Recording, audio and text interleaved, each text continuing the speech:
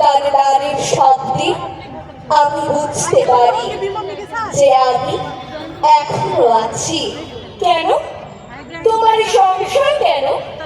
তুমি তো সত্যি ছিলে, আজও আছো।